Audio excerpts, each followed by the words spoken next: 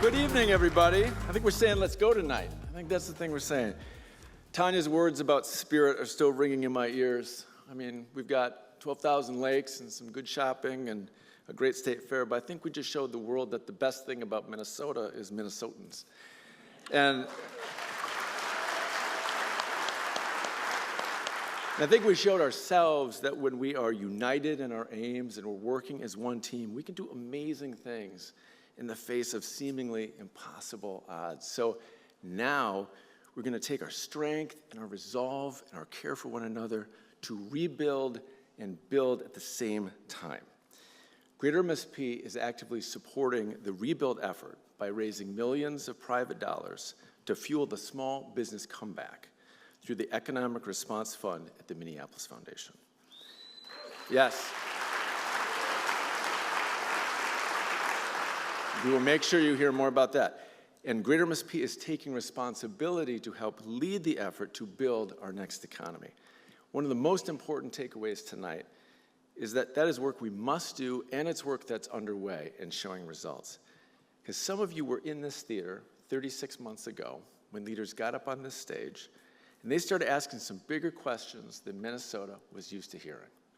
They were saying, what if we renewed our semiconductor industry? What if we built the next generation of global med tech?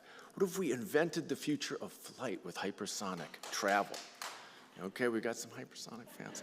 What if we create the world's first sustainable aviation fuel industry? And the Minnesotans in this theater answered what if with, we're in. We walked out of these doors, we built teams, and we executed every day for 3 years. And as a result, $1 billion has been invested in semiconductor companies like Polar, which are growing and hiring. We won the title of America's official MedTech hub with MedTech 3.0. We secured $1.4 billion in federal funding to build an advanced aerospace complex in the South Metro, where a 70-year-old St. Paul company called Northwind is going to lead America into its hypersonic future. And this May, when a blending facility near the MSP airport is going to come online, and Minnesota is going to have a sustainable aviation fuel economy.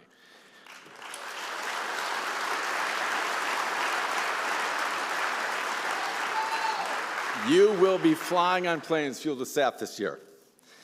These big bets are leading to billions invested, thousands of good jobs, hundreds of millions in tax revenue and solutions for the world. That's greater growth. That's winning the Minnesota way. It's how we're catalyzing the broader transformation we need. Now, we are doing things that no one here, and maybe no one anywhere, has done before. It's creative, entrepreneurial work. Together, we've innovated a new system that turns big ideas into billion-dollar solutions. How the system works is complex, but it starts with some very simple principles. Principles that remind me of conversations I'm having with my 14-year-old daughter about driver's training. Like, when you get into the front seat, you will notice that the windshield is this big, and the rearview mirror is this big, because what's most important is ahead of you, not behind.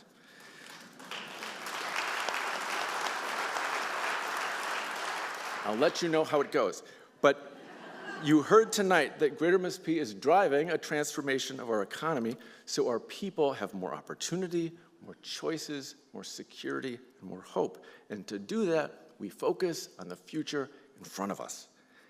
And that's different from some of the talk in our region, which sometimes focuses on what used to be. You will not hear those rear-view conversations from this stage, because Greater MSP leaders aren't interested in debating history, they're interested in making it. We built this partnership. We built this partnership to be the vanguard of our region, and together we are taking Minnesota's economy off of decades of autopilot, and we are grabbing the wheel. Because we need to navigate together right now. When we look out the windshield in 2026, we see a very different landscape than one any of us are used to.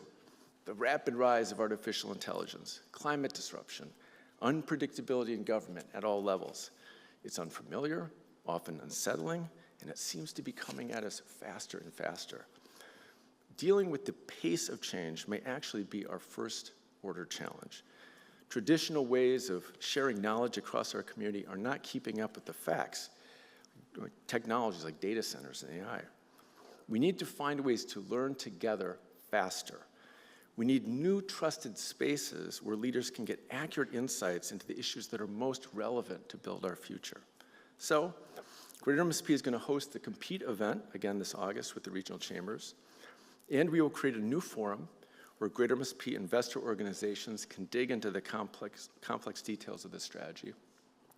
And this year we will also create something called the Civic Exchange for decision makers in government, higher ed, philanthropy, nonprofits, and small business to make sense of some of these new trends and build relationships. We need some of these new ways of working to help our region adapt and thrive in a 21st century world. We also need some new ways of thinking that enable us to build the future we want. For example, the Metro versus Greater Minnesota is an old rule that gets repeated and reinforced. But that thinking stands in the way of new corridors of innovation that could stretch across the state. The Metro to northern Minnesota on clean industry. The Metro to western Minnesota on biomanufacturing. The Metro to Rochester for the next frontier of health and medtech. So we're going to create a new rule. The Metro plus Greater Minnesota. The SAF Hub. I've got friends from Greater Minnesota in the house.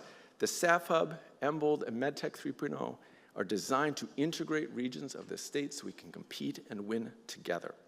In the months ahead, Greater MSP will double down on this new rule, including by formalizing our partnership with Rochester's Destination Medical Center on MedTech 3.0.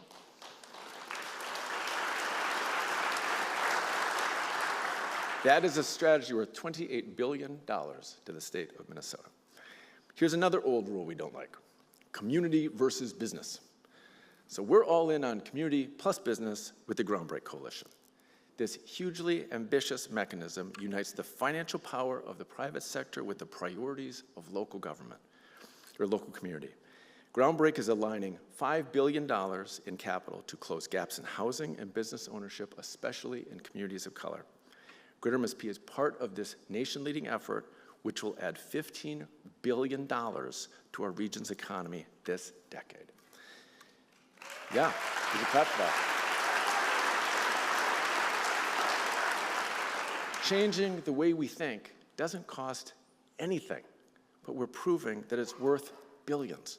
So we're going to keep making the new rules we need to build the next economy. Now, this thinking is free, but it's not always easy. It's hard for leaders to go against the conventional wisdom of their groups. But that's what leadership is about. And at this moment, we need leaders, not just titles. We need brave leaders, disciplined leaders, like the ones in the theater tonight. I'm talking about you. The ones in the theaters tonight who are responsible for delivering the results that we're celebrating. You are optimistic, and you're tough enough to hear some hard truths. You are willing to take risks, and you like to move fast. You are unsatisfied with the way things are today because you know that they can be better. You are why we are making progress. You and the amazing professional staff of Greater MSP and hundreds of other partners together, we are a true partnership playing to win. So let's end with what it's going to take for a region and state to win bigger. First, we need to scale all the work you heard about tonight, and that'll take more leaders and new resources. And we need to build a handful of new solutions that will accelerate us toward greater growth. In the next 1,000 days, we need current partners and new partners to help us build these things. We need to create strategic sites where major projects can be built, at least 5 of them, because we just lost a $2 billion, 1,000 job Eli Lilly investment because there wasn't one competitive site in our region to put it. We never want that to happen again. So if you're a construction company or a developer or a county that's not investing in this partnership, it's time to call. Second is talent. We are winning major semiconductor medtech expansions that need workers. So this year, we will introduce a new sector partnership model to train and place thousands of Minnesotans into our growing microelectronics industry. Many of these jobs do not require a college degree, and they all have career ladders.